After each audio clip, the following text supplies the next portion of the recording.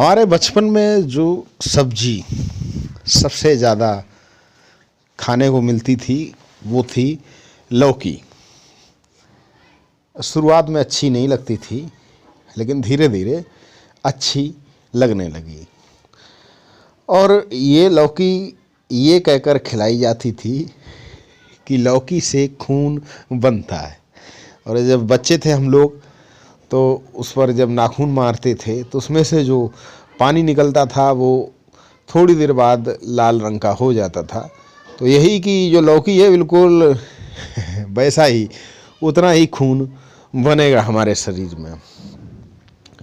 और गांव का रहना था तो शहर से सब्जी, शहर दूर था 3 से 4 किलोमीटर, तो यही सब्जियां जो घर के छप्पर पर ये उगा दी जाती थी और पर्याप्त मात्रा में लौकी, कभी तोरई, कभी सेम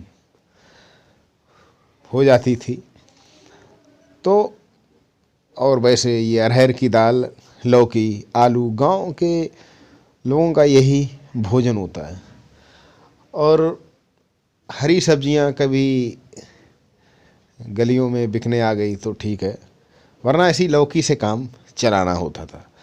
अब क्या है, पहले जनसंख्या कम थी, डिमांड कम थी, तो जो भी खाने को मिलता था शुद्ध खाने को मिलता था।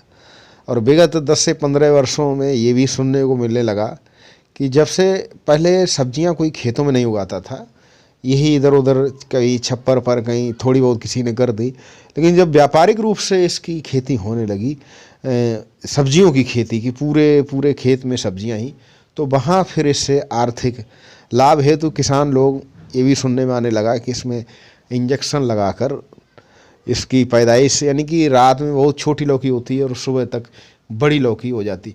तो ये इस प्रकार की लौकी शरीर के लिए, स्वास्थ्य के लिए ठीक भी नहीं होती है।